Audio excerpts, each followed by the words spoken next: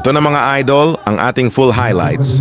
Sa larong Open Intertown dito sa bayan ng Tomas Opus para sa kanilang kafiestahan, ang naglalaban dito ay ang Ballhogs ng Sogod versus Hilongos.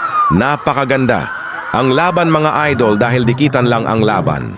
At sa kalaunan nga nakapag-overtime pa isang bisis. Kaya dito panuurin nyo na lang kung sino. Ang panalo, let's paki. Support lang din mga idol para lagi tayong may content na local basketball. Salamat.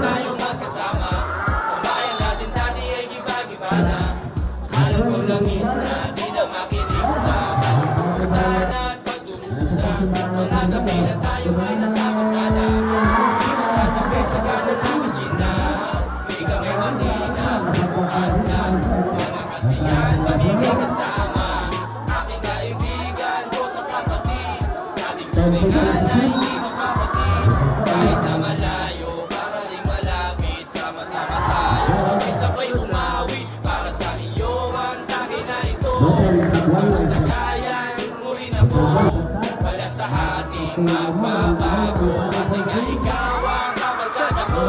Kung sa kahit di na tayo